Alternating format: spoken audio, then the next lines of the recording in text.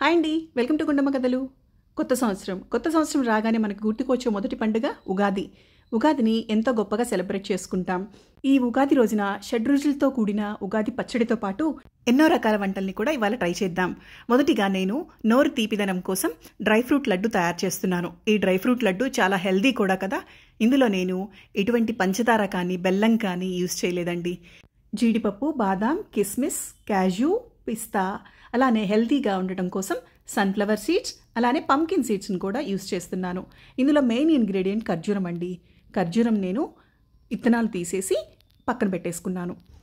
ముందుగా బాదం పప్పుని డ్రై రోస్ట్ చేసుకోవాలి. ఇది లో ఫ్లేమ్లోనే ఫ్రై చేసుకుంటున్నానండి. ఎటువంటి ఆయిల్ కూడా యూస్ చేయట్లేదు. ఒక్క చుక్క కూడా నూనె యూస్ చేయాల్సిన పని కూడా ఉండదండి. కొద్దిగా బాదం ఫ్రై అయిన తర్వాత ఇందులోనే గుమ్మడి గింజలు, అలానే సన్ఫ్లవర్ సీడ్స్ని కూడా వేస్తున్నాను. వీటన్నిటిని ఫ్రై చేసుకోవాలి. ఇవి దోరగా ఫ్రై అయిందాక లో ఫ్లేమ్లోనే దగ్గరుండి ఫ్రై చేసుకోవాలండి. చూడండి, కలర్ చేంజ్ అయ్యాయి కదా. ఇప్పుడు వీటిని తీసేసి పక్కన పెట్టేసుకుంటున్నాను. ఇదే ప్యాన్లో జీడిపప్పు కూడా వేసుకుంటున్నాను. 1 కప్పు జీడిపప్పు, 1 కప్పు బాదాం, అలానే 1 కప్ ఖర్జూరం ఇలా తీసుకున్నానండి. ఇవన్నీ 1 కప్ తీసుకొని నేను సన్ఫ్లవర్ సీడ్స్, అలానే గుమ్మడి గింజలు హాఫ్ కప్ తీసుకున్నాను. ఈ మెజర్మెంట్స్తో పిస్తాను కూడా ఇందులో వేసేసుకొని నేను వీటిని చల్లారిన తర్వాత మిక్సీ జార్లో వేసేసుకొని నేను పల్స్ ఇస్తున్నానండి. మెత్తగా పౌడర్ చేయటం లేదు. ఒక్కసారి మిక్సీ జార్లో వేసేసి ఒక్కసారి పల్స్ మోడ్లో పెట్టేసుకుంటే సరిపోతుంది. చూడండి, ఈ విధంగా కచ్చా పచ్చాగా గ్రైండ్ అవుతాయన్నమాట. మనం మొత్తం పౌడర్ చేసేసుకోకుండా ఈ విధంగా ఉంచుకుంటే మనకి చూడటానికి కూడా చాలా బాగుంటుంది. పంట కింద పడుతూ ఉంటుందండి లడ్డు తినేటప్పుడు కూడా. మనకి ఈ విధంగా చేసుకున్న పౌడర్ని ఒక ప్లేట్లో తీసేసుకున్నాను. అదే మిక్సీ జార్లో మనం సీడ్స్ తీసేసుకున్న ఖర్జూరాన్ని కూడా వేసుకుంటున్నాను. ఈ ఖర్జూరంతో పాటు 1 కప్ కిస్మిస్ అండి. ఈ కిస్మిస్ని కూడా వేసుకుంటున్నాను. మీ ఇష్టం అండి. బ్లాక్ కిస్మిస్ వేసుకోవచ్చు, రెడ్ కిస్మిస్ వేసుకోవచ్చు, ఏదైనా కూడా. ఇది కూడా చూడండి, గ్రైండ్ చేసేసుకున్నాను. ఇలా మెత్తగా గ్రైండ్ చేసుకున్నాను. చూసారు కదా. ఈ మెత్తగా గ్రైండ్ చేసుకున్న ఖర్జూరం కిస్మిస్ పేస్ట్ని కూడా మనం ముందుగా గ్రైండ్ చేసుకున్న పౌడర్లో యాడ్ చేసేసుకుంటున్నాను. ఇందులో తేనె కానీ బెల్లం కానీ పంచదార కానీ ఏమీ అవసరం లేదండి. ఈ డ్రై ఫ్రూట్స్లో ఉన్న స్వీట్నెస్సే సరిపోతుందన్నమాట. చూడండి, బాదాంని ఇలా చిన్నగా పీసెస్ లాగా కట్ చేసుకుంటున్నాను. అన్నీ ఈ విధంగా కట్ చేసేసుకొని పక్కన పెట్టేసుకుంటున్నాను. వీటిని కూడా నేను కట్ చేసుకొని పక్కన పెట్టేసుకుంటున్నాను. చూడండి, ముందుగా గ్రైండ్ చేసి పెట్టుకున్న ఖర్జూరం మిశ్రమంలో వేసేస్తున్నాను. తర్వాత మనకి జీడిపప్పు కూడా ఫ్రై చేసి పెట్టుకున్నాం కదా. వీటిని కూడా ఆరిన తర్వాత జీడిపప్పును కూడా చిన్న ముక్కల్లాగా కట్ చేసుకుంటున్నాను. ఇవి సింపుల్గా చేత్తో విరిస్తేనే విరిగిపోతాయండి. మీ ఇష్టం, నైఫ్తో అయినా కట్ చేసుకోవచ్చు. అన్నీ ఇలాగా నేను ముక్కలుగా కట్ చేసుకున్నాను. వీటిని కూడా ముందుగా మనం తయారు చేసుకున్న మిశ్రమంలో యాడ్ చేసేసుకుంటున్నాను. వీటన్నిటిని ఒకదానికొకటి బాగా కలిసేలాగా మిక్స్ చేసుకోవాలండి. ఇందులో ఇంకా మీకు కావాల్సిన డ్రై ఫ్రూట్స్ ఏమైనా ఉంటే అవి కూడా యాడ్ చేసేసుకోవచ్చు. ఈ విధంగా డ్రై ఫ్రూట్స్ లడ్డు రోజు ఒకటి కనుక తిన్నారంటే మనకి చాలా హెల్త్ బెనిఫిట్స్ ఉంటాయండి. డ్రై ఫ్రూట్స్ విడివిడిగా తినలేని వాళ్ళు ఇట్లా లడ్డూలాగా చేసేసుకొని రోజుకి 1 లడ్డు స్వీట్ తింటున్న ఫీలింగ్ కూడా ఉంటుంది కదా. ఈ విధంగా ట్రై చేయండి. మనకి స్వీట్ షాప్లో కొనుక్కున్న లడ్డూలానే యాజ్ ఇట్ ఈస్గా ఉంటుందండి. ప్లస్ దానితోడు మనకి ఇందులో గుమ్మడి గింజలు, సన్ఫ్లవర్ సీడ్స్ని కూడా యాడ్ చేశాం కదా. ఇప్పుడు నేను 1 స్పూన్ నెయ్యిని ఇలా చేతికి రాసేసుకొని ఒక్కొక్క లడ్డూని ఇలా చుట్టేసుకొని పక్కన పెట్టేసుకుంటున్నాను. అంతేనండి, చాలా ఈజీగా ఈ డ్రై ఫ్రూట్ లడ్డూని తయారు చేసుకోవచ్చు. ఈ డ్రై ఫ్రూట్ లడ్డు మీరు కూడా ట్రై చేసి ఎలా వచ్చిందో కామెంట్ బాక్స్లో కామెంట్ చేయండి. ఈ వీడియో కనుక మీకు నచ్చినట్లయితే ప్లీజ్ సబ్స్క్రైబ్ మై ఛానల్. ఈ ఉగాది రోజున మొదటిగా స్వీట్ తోటి మొదలుపెట్టాం.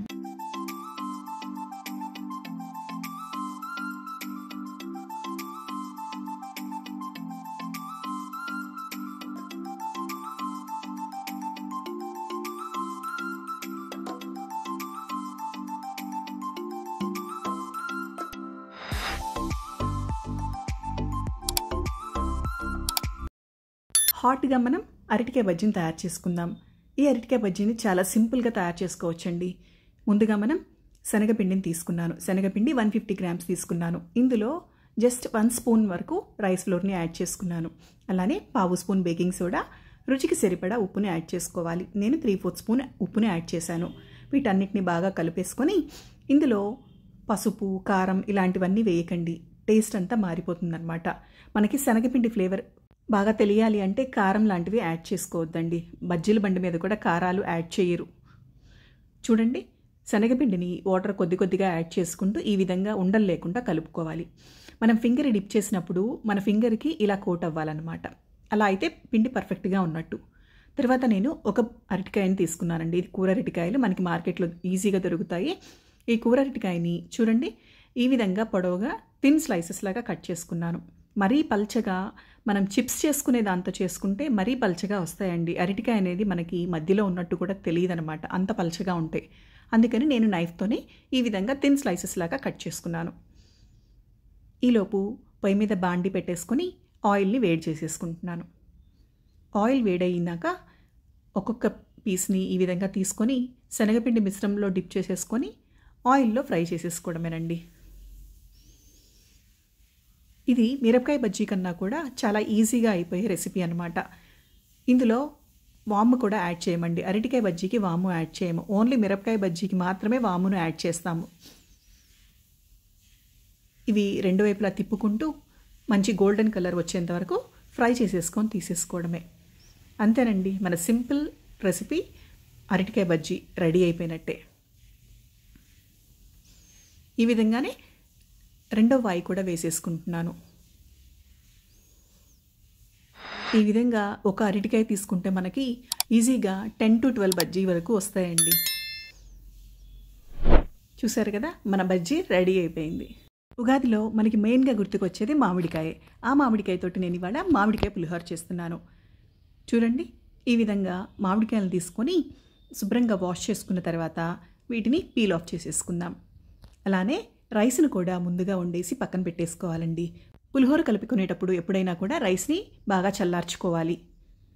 ఈ విధంగా పీల్ ఆఫ్ చేసుకున్న తర్వాత వీటిని నేను తురుముకుంటున్నాను. చూడండి, ఈ విధంగా పీల్ ఆఫ్ చేసుకున్న మామిడికాయల్ని నిదానంగా ఒకదాని తర్వాత ఒకటి జాగ్రత్తగా తురుముకోండి. ఇవి పులుపున్న మామిడికాయలండి. మామిడికాయ పులిహోరకి ఎప్పుడు కూడా పులుపున్న మామిడికాయలు అయితేనే బాగుంటాయి. అలా పులుపు ఉన్నాయో లేవో చెక్ చేసుకోండి ఒకసారి మామిడికాయ తురిమేటప్పుడు. తర్వాత నేను పొయ్యి మీద బాండి పెట్టేసుకొని 4 స్పూన్స్ వరకు ఆయిల్ని యాడ్ చేస్తున్నాను. ఇందులోనే 3 స్పూన్లు పచ్చిశనగపప్పు. ఇందులో తాలింపుకి పచ్చిశనగపప్పు ఎక్కువగానే ఉండాలండి. పులిహోరకి ఎప్పుడు కూడా తాలింపే మెయిన్ కదా. ఇందులోనే ఆవాలు 3/4 స్పూన్ వేశాను. 1/2 స్పూన్ వరకు జీలకర్ర వేశాను. ఇవన్నీ చిటపట్లాడిన తర్వాత వేరుశెనగ గుండ్లు 4 టేబుల్ స్పూన్ల వరకు యాడ్ చేశాను. ఇందులోనే రుచికి సరిపడా అల్లం ఎప్పుడూ కూడా పులిహోరకి చాలా మంచి టేస్ట్ని ఇస్తుందండి. నేను 1 ఇంచు అల్లం తీసుకుని చిన్న చిన్న ముక్కలుగా తురుముకొని ఇలా వేసుకున్నాను. ఇవన్నీ కూడా ఆయిల్లో మంచిగా దోరగా ఫ్రై అవ్వాలన్నమాట. ఇందులోనే నేను జీడిపప్పు కూడా వేసుకుంటున్నాను. ఇది ఆప్షనల్ అండి. కానీ పులిహోరలో జీడిపప్పు, వేరుశెనగపప్పు మంచి టేస్ట్ని ఇస్తాయి కదా. ఇందులోనే 4 ఎండుమిరపకాయలు, అలానే ఒక 5 పచ్చిమిర్చిని చీల్చుకొని వేసుకుంటున్నాను. ఇవన్నీ కూడా ఆయిల్లో బాగా ఫ్రై అవ్వాలి. పులిహోరకి ఎప్పుడు కూడా మెయిన్గా తాలింపు బాగుంటేనే పులిహోర టేస్ట్ వస్తుంది. ఇవన్నీ ఫ్రై అయినాక ఇందులో నేను చివరిగా ఇంగువని యాడ్ చేస్తున్నాను. ఇంగువని 1/4 స్పూన్ వరకు యాడ్ చేశానండి.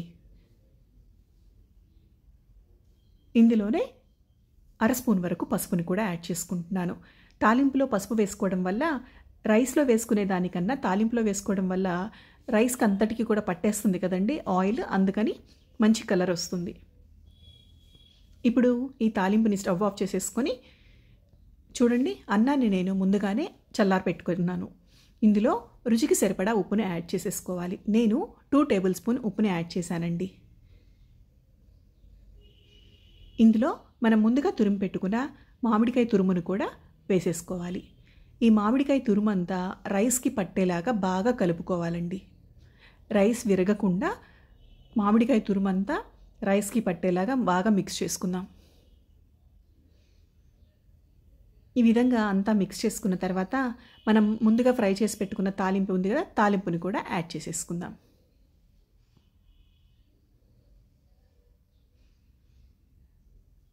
ఈ తాలింపు అంతా కూడా మనకి రైస్కి పట్టేలాగా బాగా కలుపుకుంటే అంతేనండి, మన మామిడికాయ పులిహోర రెడీ అయిపోయినట్టే. ఒకసారి ఉప్పు పులుపు చెక్ చేసుకోండి. చివరిగా నేను కొద్దిగా క్యారెట్ తురుముని కూడా యాడ్ చేస్తున్నాను. చూడడానికి బాగుంటుంది, అలానే టేస్ట్ కూడా బాగుంటుందండి. అంతేనండి, మన మామిడికాయ పులిహోర రెడీ అయిపోయింది. ఈ వీడియో కనుక మీకు నచ్చినట్లయితే please like, share and subscribe my channel and enjoy this recipe. రోజు భోజనం చేసేటప్పుడు ఒక ముద్దైన రోటి పచ్చడితో తింటే బాగుంటుంది అనుకుంటాం కదా, అందుకోసం ఇవాళ నేను దోసకాయ రోటి పచ్చడి తయారు చేస్తున్నాను. దీనికోసం ముందుగా పొయ్యి మీద బాండి పెట్టేసుకొని 1 టేబుల్ స్పూన్ వరకు వేరుశనగపప్పు యాడ్ చేస్తున్నాను.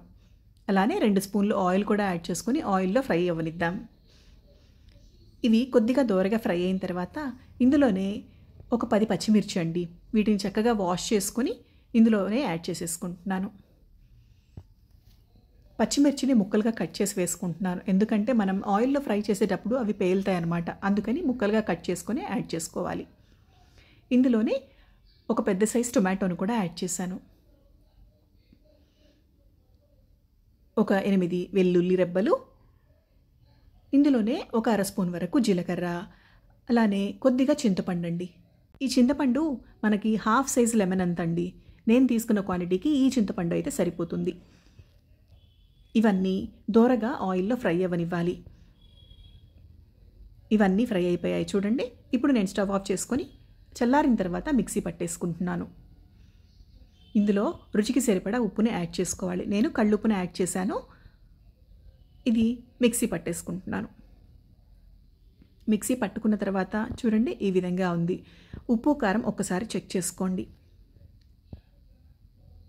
ఇది పక్కన పెట్టేసుకొని నేను దోసకాయలను తీసుకున్నాను. దోసకాయలను చక్కగా పీల్ ఆఫ్ చేసేసుకొని చిన్న చిన్న ముక్కల్లాగా కట్ చేసేసుకోవాలి. ఒకసారి దోసకాయని పీల్ ఆఫ్ చేసుకున్న తర్వాత కట్ చేసుకునే ముందు దోసకాయ చేదుందో లేదో ఒకసారి చెక్ చేసుకోండి. తర్వాత ఈ విధంగా అన్ని చిన్న చిన్న ముక్కలుగా కట్ చేసేసుకొని పక్కన పెట్టేసుకుంటున్నాను. ఇప్పుడు పొయ్యి మీద సేమ్ ప్యాన్ పెట్టేసుకున్నానండి. అందులోనే 2 టేబుల్ స్పూన్ల వరకు ఆయిల్ని యాడ్ చేసుకున్నాను. ఆయిల్ ఫ్రై అయిన తర్వాత 1 స్పూన్ పచ్చిశనగపప్పు, అలానే 1/2 స్పూన్ వరకు ఆవాలు, ఒక 1/2 స్పూన్ వరకు జీలకర్రను కూడా యాడ్ చేసుకుంటున్నాను. ఆవాలు జీలకర్ర చిటపటలాడిన తర్వాత ఇందులో ఎండుమిర్చిని కూడా యాడ్ చేసుకోవాలి. ఎండుమిర్చి 2 తీసుకొని 2 ఇలా కట్ చేసుకొని వేసుకుంటున్నాను. ఇందులోనే కొద్దిగా కరివేపాకు కూడా వేసుకొని తాలింపుని బాగా ఫ్రై అవ్వనివ్వాలి. లో ఫ్లేమ్లో తాలింపుని ఎప్పుడు ఫ్రై చేసుకోవాలండి. ఇలా ఫ్రై అయిన తాలింపులో చివరిగా నేను 1/2 స్పూను ఇంగువని యాడ్ చేస్తున్నాను. తాలింపు చక్కగా ఫ్రై అయిపోయింది కదా. ఇప్పుడు నేను మిక్సీ పట్టుకున్న పేస్ట్ ఉంది కదండి, పచ్చిమిర్చి, టొమాటో, అలానే వేరుశనగపప్పు పేస్ట్ అనమాట. ఇది యాడ్ చేసేసుకున్న తర్వాత ఇందులోనే మనం కట్ చేసి పెట్టుకున్న దోసకాయ ముక్కలు ఉన్నాయి కదా, వాటిని కూడా కలిపేసుకుంటున్నాను. ఇది క్యాటరింగ్ స్టైల్ పచ్చడండి. మనకి భోజనాల్లో ఎప్పుడూ కూడా ముక్కలు ఎక్కువగాను గుజ్జు తక్కువగాను ఉంటుంది. ఒకసారి గమనించండి. ఈ విధంగా ఒకసారి ట్రై చేసి ఎలా వచ్చిందో కామెంట్ బాక్స్లో కామెంట్ చేయండి. మన నెక్స్ట్ రెసిపీ పచ్చిపులుసు అండి. పచ్చిపులుసులో చాలా రకాలు ఉంటాయి. పెరుగుతో చేసుకోవచ్చు, అలానే చింతపండు గుజ్జుతోటి కూడా తయారు చేసుకోవచ్చు. నేను ఇవాళ చింతపండుతోటి తయారు చేస్తున్నాను. ముందుగా మిర్చిని ఇలా పొయ్యి మీద కాల్చుకోవాలి. కాల్చుకున్న పచ్చిమిర్చిని ఒక బౌల్లోకి తీసేసుకున్నాను. ఇవి కారానికి తగ్గట్టు యాడ్ చేసుకోండి. నేను ఒక 5 పచ్చిమిర్చి తీసుకున్నాను. అలానే 2 స్పూన్ల వరకు కళ్ళుప్పు తీసుకున్నానండి. 1/2 స్పూను జీలకర్ర పొడి వేసుకుంటున్నాను. ఇవన్నీ బాగా మిక్స్ అయ్యేలా కలుపుకోవాలన్నమాట. నేను ముందుగా తయారు చేసి పెట్టుకున్న చింతపండు గుజ్జు యాడ్ చేసుకుంటున్నాను. 2 స్పూన్లు చింతపండు గుజ్జు, లేదా కొద్దిగా చింతపండుని నీళ్ళల్లో నానబెట్టుకుని రసమైనా పిండుకోవచ్చు అనమాట. ఈ చింతపండు గుజ్జు, ఉప్పు, పచ్చిమిర్చి అన్నీ కూడా బాగా మిక్స్ అయ్యేలాగా కలుపుకోవాలి. ఇలా కలుపుకున్న పచ్చిమిర్చి మిశ్రమంలో నీళ్ళని యాడ్ చేసుకుంటున్నాను. 1/2 లీటర్ వరకు నీళ్లు పడతాయండి.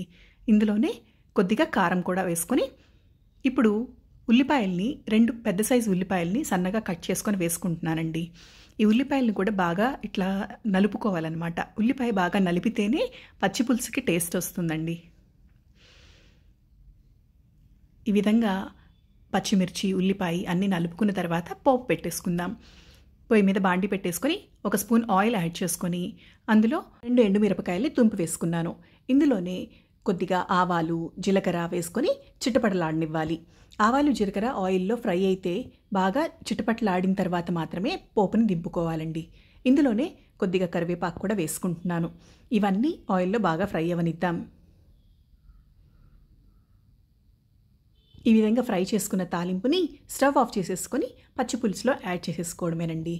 ఇంకా కొంతమంది ఇందులో చిన్న బెల్లం ముక్క కూడా యాడ్ చేసుకుంటారు. అది మీ రుచికి తగినట్లు మీరు యాడ్ చేసుకోండి.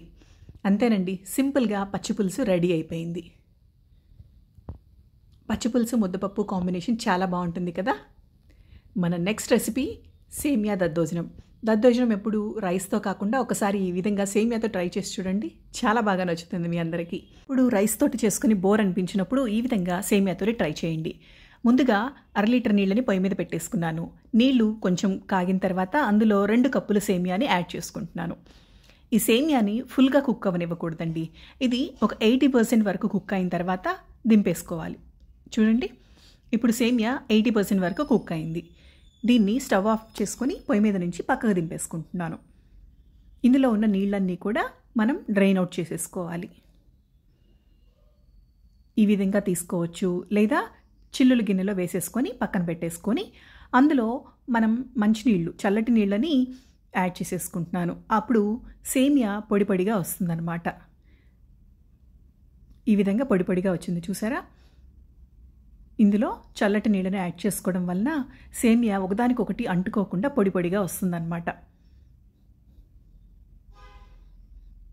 ఈ సేమియా అంతటిని మనం వేరొక బౌల్లోకి ట్రాన్స్ఫర్ చేసేసుకుందాం. నీళ్ళన్నీ వడిలిపోయాయండి. ఇప్పుడు ఈ సేమియాని చల్లార్చుకోవాలి. సేమియా చల్లారిన తర్వాత మాత్రమే ఇందులో పెరుగు యాడ్ చేయాలండి. వేడిగా ఉన్నప్పుడు పెరుగు యాడ్ చేసినట్లయితే విరిగిపోతుంది పెరుగుని నేను ముందుగా మజ్జిగ కవ్వంతో ఇలా చిలుక్కున్నాను. అలా అయితే గడ్డలు లేకుండా ఉంటుందన్నమాట. నేను 3/4 లీటర్ పెరుగుని తీసుకున్నాను. 3/4 లీటర్ పెరుగుని ఈ సేమియాలో ఇలా చిలికిన తర్వాత మాత్రమే యాడ్ చేశాను. ఈ పెరుగు అంతా సేమియాకి బాగా పట్టేలాగా మిక్స్ చేసేసుకోవాలి. ఈ విధంగా అంతా మిక్స్ చేసేసుకొని ఇందులో రుచికి సరిపడా ఉప్పుని కూడా యాడ్ చేసుకోవాలి. నేను 1 టేబుల్ స్పూన్ వరకు ఉప్పును యాడ్ చేసుకున్నాను. మీకు సరిపోనట్లయితే మీరు మళ్ళీ రుచి చూసుకొని యాడ్ చేసుకోండి. ఇదంతా బాగా మిక్స్ చేసుకున్న తర్వాత మనం ఇప్పుడు పోపు పెట్టేసుకుందాం. ముందుగా బాండీ పెట్టేసుకొని 2 టేబుల్ స్పూన్ల వరకు ఆయిల్ని యాడ్ చేశాను. ఇందులో 1/2 స్పూన్ ఆవాలు, 1/2 స్పూన్ జీలకర్రని కూడా యాడ్ చేసి ఫ్రై చేసుకుంటున్నాను. ఆవాలు జీలకర్ర చిటపట్లాడాయి కదా. ఇప్పుడు ఇందులో 4 ఎండుమిర్చి, అలానే అల్లం కూడా సన్నగా తురుముకొని వేసుకుంటున్నానండి. 1 ఇంచు అల్లం తీసుకున్నాను, దాన్ని సన్నగా తురుముకొని వేసుకుంటున్నాను. ఇందులోనే కారానికి సరిపడా పచ్చిమిర్చిని కూడా నేను 3 పచ్చిమిర్చి తీసుకున్నాను, వాటిని కూడా సన్నగా తురిమి యాడ్ చేసుకుంటున్నాను. దద్దోజనానికి అల్లం మంచి టేస్ట్ని ఇస్తుందండి. ఈ విధంగా ఇవన్నీ ఫ్రై అయిన తర్వాత చివరిగా నేను జీడిపప్పును యాడ్ చేస్తున్నాను. ఇది ఆప్షనల్, కానీ జీడిపప్పు వేస్తే చాలా బాగుంటుంది రుచి. ఇందులోనే కొద్దిగా కరివేపాకు కూడా వేసుకున్నాను. చివరిగా ఇంగువని యాడ్ చేస్తున్నాను. 1/2 స్పూన్ వరకు ఇంగువని వేస్తున్నాను. ఇదంతా బాగా ఫ్రై అయ్యేలాగా కలుపుకుందాం. ఇప్పుడు స్విచ్ ఆఫ్ చేసుకొని ఈ ఫ్రై అయిన మిశ్రమాన్ని చల్లారిన తర్వాత మాత్రమే పెరుగన్నంలో కలుపుకోవాలి. ఈలోపుగా నేను ఫ్రూట్స్ని యాడ్ చేసుకుంటున్నాను. ముందుగా ద్రాక్ష, అలానే దానిమ్మ గింజలు, కొద్దిగా క్యారెట్ తురుముని కూడా యాడ్ చేస్తున్నాను. మీకు నచ్చిన ఫ్రూట్స్ మీరు యాడ్ చేసుకోవచ్చు. చివరిగా తాలింపుని కూడా వేసేసుకొని మొత్తం కలిపేసుకుంటే మన సేమియా దద్దోజనం రెడీ అయిపోయినట్టేనండి. చూడండి ఎంత కలర్ఫుల్గా ఉందో కదా. ఎప్పుడూ రైస్తో కాకుండా ఒక్కసారి ఈ విధంగా ట్రై చేసి చూడండి, చాలా బాగా నచ్చుతుంది మీ అందరికీ. ఈ రెసిపీస్ని ఒక్కసారి ట్రై చేసి ఎలా వచ్చినాయో కామెంట్ బాక్స్లో కామెంట్ చేయండి. ఈ వీడియో కనుక మీకు నచ్చినట్లయితే please subscribe my channel and enjoy the recipe.